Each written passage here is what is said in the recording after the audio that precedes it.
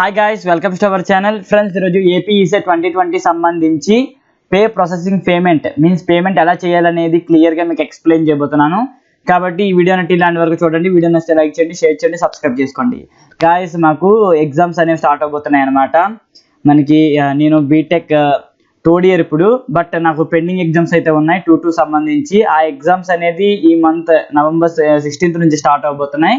అయితే రేపటి నుంచి మాకు mid exams, lab internals and lab externals, ఆ తర్వాత సెమిస్టర్ ఎగ్జామ్స్ అనేవి ఈ మంత్ ఎండింగ్ వరకు జరుగుతూనే ఉంటాయి అన్నమాట. ఫుల్ బ్యాటింగ్ అనేది జరుగుతుంది. అందుకే మీకు అప్డేట్స్ అనేది కొద్దిగా లేట్గా రావచ్చు. అందుకే మీకు ఈరోజు అప్డేట్ అనేది కొద్దిగా లేట్గా మీకు అప్డేట్ చేస్తున్నాను. పేమెంట్ ప్రాసెసింగ్ ఫీ అనేది ఇప్పటి వరకు ల్యాబ్ రికార్డ్ అయితే కంప్లీట్ చేశాను. కంప్లీట్ చేసి వెంటనే వీడియో అనేది రికార్డ్ చేయడం అయితే జరుగుతుంది అనమాట. కాబట్టి కొద్దిగా అర్థం చేసుకోండి. తప్పకుండా అప్డేట్ చేయడానికి అయితే ట్రై చేస్తాను నా వరకు. గైస్, మనకి ఫస్ట్ పే ప్రాసెసింగ్ ఫీ అనేది ఇక్కడ మనకి క్లియర్గా డిస్ప్లే అవుతుంది కదా, దీన్ని అయితే క్లిక్ చేయాల్సి ఉంటుంది. ఏపీ ESET.nic.in అని మీరు సెర్చ్ చేస్తే ఈ వెబ్సైట్ అనేది ఓపెన్ అవుతుంది. లింక్ అనేది నేను డిస్క్రిప్షన్లో ఇస్తాను. అక్కడ నుంచి మీరు ఒకసారి క్లిక్ చేయండి. క్లిక్ చేసి పే ప్రాసెసింగ్ ఫీ అని అక్కడ డిస్ప్లే అవుతుంది కదా, దీని మీద అయితే ట్యాప్ చేయండి. గైస్, వన్స్ ట్యాప్ చేయగానే మనకి ఫర్దర్ పేజ్లోకి అయితే వెళ్తాం అనమాట. మీరు ఇక్కడ ఏం చేయాలి అంటే AP ECET hall ticket number అనేది ఇవ్వాల్సి ఉంటుంది. నేను మా ఫ్రెండ్కి అయితే అడిగాను, నీ పేమెంట్ అనేది నేను చేస్తాను అని అడిగాను. బట్ తనైతే మా సార్కి అయితే ఇచ్చేసారనమాట. మా సార్ అయితే స్పాన్సర్షిప్ అయితే చేస్తున్నారు అనమాట. స్పాన్సర్ చేస్తున్నారు తనకి ఈసెట్ ఫీజ్ అనేది. కాబట్టి ఇంకా నేనైతే వదిలేసాను. డైరెక్ట్గా మీకు అయితే డెమో అయితే చూపిస్తాను ఎలా చేయాలి అనేది. గైస్, ఇక్కడ ఈసెట్ హాల్ టికెట్ నెంబర్ ఇవ్వాలి. ఆ తర్వాత ఇక్కడ ర్యాంక్ అనేది, మీ ర్యాంక్ అనేది ఇక్కడ ఇవ్వాల్సి ఉంటుంది అనమాట. క్లియర్గా ఇక్కడ ఇవ్వడం అయితే జరిగింది. బ్రాంచ్ ర్యాంక్ చూసుకోండి, ఇక్కడ బ్రాంచ్ ర్యాంక్ అని మెన్షన్ చేయడం అయితే జరిగింది. కాబట్టి ఇక్కడ బ్రాంచ్ ర్యాంక్ అనేది ఇవ్వాల్సి ఉంటుంది. ఆ తర్వాత ఇక్కడ కింద కనబడుతున్న క్యాప్చా అనేది ఎంటర్ చేయాల్సి ఉంటుందన్నమాట. ఇక్కడ క్యాప్చా అనేది ఎంటర్ చేయండి. ఆ తర్వాత పే ఫీ ఆన్లైన్ అని కొట్టగానే మీకు ఇక్కడ ఓకే బటన్ అయితే ఉంటుంది. దీన్ని ట్యాప్ చేయగానే మీకు ఫర్దర్గా మీకు ఎలా కనబడుతుంది అనేది ఇప్పుడు మీకు క్లిక్ చెప్తాను. గైస్, మీరు కొట్టగానే మీకు ఇక్కడ ఓకే అని కనబడుతుంది కదా, ఇక్కడ ఓకే అని కొడుతుంది కదా, దీన్ని కొట్టగానే మీకు ఆటోమేటిక్గా మీకు ఇంకొక పేజ్ అనేది ఓపెన్ అవబోతుంది అనమాట. ఆ పేజ్ ఎలా ఉంటుందంటే ఇలా ఉంటుంది. దీన్నే పేమెంట్ గెట్వే అని అంటాం అనమాట. కనబడుతుంది కదా క్లియర్గా చూడండి. ఇక్కడ మనకి పేమెంట్ గెట్వే అని ఉందా, ఇక్కడ 2 రూపీస్ అని ఉంది కదా. మీరు ఓసీ బీసీ అయితే ఇక్కడ 1200 రూపీస్ అనేది ఉంటుంది. అదేవిధంగా మీరు SC ST అయితే మీకు 600 రూపీస్ అనేది ఉంటుందన్నమాట. అయితే ఇక్కడ మీకు క్రెడిట్ కార్డ్, డెబిట్ కార్డ్, అదేవిధంగా debit card plus ATM pin, internet banking అనేది ఉంటుంది. మీకు ఏది వీలైతే అది మీరైతే పే చేసుకోవచ్చు. చాలా వరకు క్రెడిట్ కార్డ్స్ యూజ్ చేస్తారు కాబట్టి credit card, debit card maximum అందరి దగ్గర డెబిట్ కార్డ్ ఉంటుంది కాబట్టి డెబిట్ కార్డ్ యూజ్ చేసుకోవడం మీరు చక్కగా పే చేసేసుకోవచ్చు. సింపులే. అదేవిధంగా మీకు పేటిఎం ఉన్న పేటిఎంలో మనకి పేటిఎం బ్యాంక్ అకౌంట్లో మీకు డిజిటల్ కార్డ్ అనేది డిస్ప్లే అవుతూ ఉంటుంది. కాబట్టి అది కూడా యూజ్ చేసి మీరు పే చేసుకోవచ్చు. ఎటువంటి ప్రాబ్లం అయితే ఉండదు. అయితే ఏం చేస్తారంటే ఇక్కడ క్రెడిట్ కార్డ్ అని ఉంది కదా, దీని మీద డెబిట్ కార్డ్ అని ఉంది కదా, దీని మీద ట్యాప్ చేయాలి. ట్యాప్ చేయగానే మీకు ఏంటి అంటే కొద్దిగా ఇన్ఫర్మేషన్ అయితే అడుగుతుంది. ఇన్ఫర్మేషన్ ఏంటి అంటే మీ పేరు, మీ అకౌంట్ నెంబరు, అదేవిధంగా మీ CVV, అదేవిధంగా మీ ఎక్స్పైర్ డేట్ ఉంటుంది కదా, కార్డు మీద అయితే ఉంటాయి డీటెయిల్స్ అనేవి. అవన్నీ ఇక్కడ ఇచ్చేసి మేక్ పేమెంట్ మీద ప్రెస్ చేయగానే ఆ తర్వాత మీకు ఇలా అయితే కనబడుతుంది అనమాట. ట్రాన్సాక్షన్ సక్సెస్ఫుల్ అంటే మీరు ఏదైతే పేమెంట్ చేశారో ఆ పేమెంట్ అనేది సక్సెస్ఫుల్ అయిపోయింది అని ఇక్కడ ఇవ్వడం అయితే జరుగుతుంది అనమాట. ఇక్కడ మీ యొక్క రోల్ నెంబర్, అదేవిధంగా customer ID, reference number, status code, అదేవిధంగా క్యాండిడేట్ నేమ్, అమౌంట్, అదేవిధంగా ట్రాన్సాక్షన్ డేట్, అదే డిస్క్రిప్షన్ అయితే ఇవ్వడం అయితే జరుగుతుంది.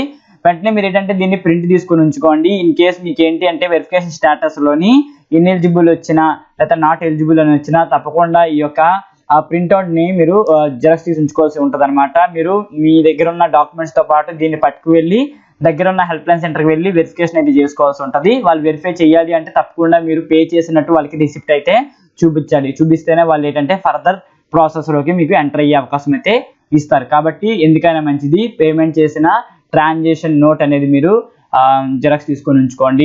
ఆర్ ప్రింట్ తీసుకొని అయినా ఉంచుకోవచ్చు, అక్కడ చూపిస్తే సరిపోతుంది. ఇన్ కేస్ నాట్ ఎలిజిబుల్ వస్తే ఎటువంటి ప్రాబ్లం లేదు. ఎందుకైనా మంచిది జెరాక్స్ తీసుకొని ఉంచుకోండి. ఆ తర్వాత మనం వెరిఫికేషన్ స్టేటస్లోకి వెళ్ళాల్సి ఉంటుంది. అది ఏంటి అనేది ఇప్పుడు మీకు చూపిస్తాను. గైస్, ఇక్కడ ఓకే కొట్టేసాం. ఓకే, ఇప్పుడు హోమ్కి అయితే వెళ్ళిపోదాం. ఎందుకంటే ఇక్కడ నేను డీటెయిల్స్ ఏం ఫిల్ చేయలేదు. మీకు డీటెయిల్స్ ఫిల్ చేస్తే నేను చెప్పినట్టయితే జరుగుతుంది అనమాట.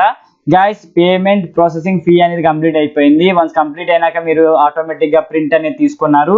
ఇప్పుడు ఏం చేయాలి అంటే డైరెక్ట్గా మీరు ఈసెట్ వెబ్సైట్ హోమ్లోకి వచ్చేసి ఇక్కడ వెరిఫికేషన్ స్టేటస్ అని కనబడుతుంది కదా, దీన్ని క్లిక్ చేయాల్సి ఉంటుందన్నమాట. దీన్ని క్లిక్ చేస్తే మీకు ఇంకొక పేజ్ అనేది మనకి డిస్ప్లే అవ్వడం అయితే జరుగుతుంది. ఆ తర్వాత ఏం జరుగుతుంది అనేది కూడా మీకు ఒకసారి క్లియర్గా చెప్తాను. వెయిట్ చేయండి. గైస్, ఇప్పుడు మనం ఈ స్టేజ్లో అయితే ఉన్నాము. ఇక్కడ మీకు డెమోలో కనబడుతుంది కదా, ఈ స్టేజ్లో అయితే ఉన్నాం అనమాట. ఇక్కడ మీరు ఏంటి అంటే మీ యొక్క హాల్ టికెట్ నెంబర్ అనేది ఇవ్వాల్సి ఉంటుంది. ఇచ్చేసిన తర్వాత షో అని కొట్టాలి. ఇక్కడ షో అని కనబడుతుంది కదా, షో అని కొట్టగానే మీకు ఇది అయితే కనబడుతుంది అనమాట. కింద బాక్స్ ఉంది కదా, ఇక్కడైతే మీకు ఎటువంటి బాక్స్ అయితే డిస్ప్లే అవ్వట్లేదు. షో అని కొట్టగానే మీకు ఆటోమేటిక్ గా ఈ బాక్స్ అనేది మీకు క్లియర్ గా కనబడుతుంది అనమాట. ఈ బాక్స్ లోని మీ పేరు ఉంటుంది, మీ ఫాదర్ నేమ్ ఉంటుంది. ఒకసారి చెక్ చేసుకోండి అన్ని కరెక్ట్ గా ఉన్నాయా లేదనేది. అదేవిధంగా మీ హాల్ టికెట్ నెంబర్ ఉంటుంది, అదేవిధంగా మీ డేట్ ఆఫ్ బర్త్ ఉంటుంది, అది కూడా కరెక్ట్ గా ఇచ్చానా లేదనేది చూసుకోండి. అదేవిధంగా జెండర్, క్యాస్ట్ కోడ్ కూడా చూసుకోండి. ఓసీఆ, బీసీఆ, ఎస్సీఆ, ఎస్టీ అనేది కూడా చూసుకోండి. అదేవిధంగా మీ ర్యాంక్ ఎంత ఉంది అనేది కూడా చూసుకోండి. ఇన్ కేసు ఏదైనా ప్రాబ్లమ్స్ ఉంటే మీరు దగ్గరున్న హెల్ప్ లైన్ సెంటర్కి వెళ్ళి మార్చుకోవచ్చు. ఎటువంటి ప్రాబ్లం అయితే ఉండదు అనమాట. కానీ మెయిన్ గా మీరు ఈ షో అని కొట్టినాక చూడాల్సింది ఏంటంటే ఫస్ట్ ఫీజ్ అజంప్షన్ దగ్గర ఎస్ ఉందా నో ఉందా అని చూడండి. ఇన్ కేస్ నో ఉంటే తప్పకుండా మీరు హెల్ప్ లైన్ సెంటర్కి వెళ్ళి మీ దగ్గర ఉన్న డాక్యుమెంట్స్ అనేవి వెరిఫికేషన్ అయితే చేసుకోవాలి. ఆ తర్వాత మీకు ఈ ఫీజ్ అజంప్షన్ దగ్గర ఎస్ అనేది రావడం అయితే జరుగుతుంది అనమాట. ఇక్కడ ఎస్ ఉంది అంటే తప్పకుండా candidate is eligible for the excise option అనేది తప్పకుండా మీకు ఉంటుంది. ఇన్ కేసు ఇక్కడ నో అని ఉంటే మాత్రం తప్పకుండా candidate is not eligible for the excise option అని ఇక్కడ క్లియర్ గా మనకి ఇవ్వడం అయితే జరుగుతుంది. అదేవిధంగా మీకు SMS కూడా రావడం అయితే జరుగుతుంది అనమాట. కాబట్టి మీరు వెరిఫికేషన్ స్టేటస్ లో షో కొట్టగా డైరెక్ట్ గా మీకు ఫీజ్ ఎగ్జామ్షన్ దగ్గర ఎస్ ఉందా నో ఉందా అని చెక్ చేయండి. ఇన్ కేస్ నో ఉంటే డైరెక్ట్ గా మీరు హెల్ప్ లైన్ సెంటర్కి వెళ్ళండి. మీ డిస్ట్రిక్ట్ లోని government polytechnic or government college లో మీకు హెల్ప్ లైన్ సెంటర్ అయితే ఉంటుంది. నేను వీడియో చేశాను, ఆ వీడియో ఎండ్ లో మీకు ఏవైతే మనకి హెల్ప్ లైన్ సెంటర్లో ఉన్నాయో అవి చెప్పడం అయితే జరిగింది. ఒకవేళ మీకు తెలియకపోతే ఒకసారి చెక్ చేయండి. ఇక్కడ నో ఉంది అంటే వెరిఫికేషన్ చేసుకోవాలి, ఎస్ ఉంది అంటే ఎటువంటి వెరిఫికేషన్ అయితే అక్కర్లేదు. మీ సర్టిఫికేట్స్ అనేవి ఆన్లైన్ లోనే వెరిఫై అయిపోయినట్టే.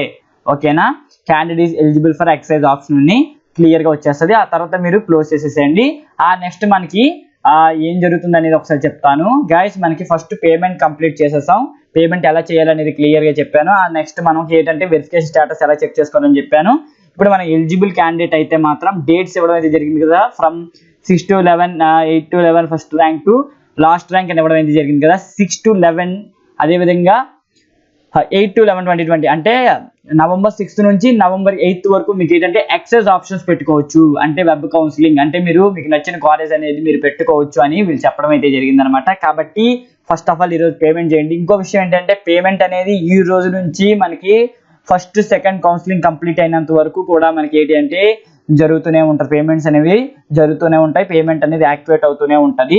బట్ ఫస్ట్ ఫేజ్ సంబంధించి ఎక్సైజ్ ఆప్షన్స్ అనేది 8th 11, 2020 ఈవినింగ్ 6 PM కల్లా క్లోజ్ అయిపోద్ది. మళ్ళీ అది ఎప్పుడు ఓపెన్ అవుతుందంటే మళ్ళీ సెకండ్ ఫేజ్ నోటిఫికేషన్ వచ్చినాక మీన్స్ సెకండ్ కౌన్సిలింగ్ లో మళ్ళీ ఓపెన్ అవుతుంది అనమాట. అప్పుడు మళ్ళీ మీరు కొత్తగా మళ్ళీ ఏమేమి పెట్టుకోవచ్చు, పెట్టుకోలేని వాళ్ళు పెట్టుకోవచ్చు, పెట్టుకున్న వాళ్ళు మళ్ళీ పెట్టుకోవచ్చు. ఎటువంటి ప్రాబ్లం అయితే ఉండదు. కాబట్టి ఈ రోజు ఎవరికైతే మీకు ఎలిజిబుల్ అని వచ్చిందో, this candidate is eligible for excise option అని వచ్చిందో వెరిఫికేషన్ స్టాటస్ లో, వాళ్ళందరూ 6/11/2020 వరకు వెయిట్ చేయండి. ఆ రోజు మీరు ఆటోమేటిక్ గా వెబ్ కౌన్సిలింగ్ లో పార్టిసిపేట్ చేయండి. పార్టిసిపేట్ చేసి మీకు నచ్చిన కాలేజ్ అని పెట్టుకొని మీరు రెడీగా ఉండండి. అండ్ 10th November 2020 మీకు అలాట్మెంట్ ఆర్డర్ అనేది ఇష్యూ చేయడం అయితే జరుగుతుంది అనమాట. వెబ్ ఆప్షన్స్ ఎలా పెట్టుకోవాలనేది కూడా మీకు ఫ్యూచర్ వీడియోస్ లో చెప్తాను. వీడియో నచ్చితే లైక్ చేయండి, షేర్ చేయండి, సబ్స్క్రైబ్ చేసుకోండి. ఇటువంటి వీడియోస్ కోసం మన ఛానల్ ని డైలీ ఫాలో అవుతానండి. జై Hind, thank you so much.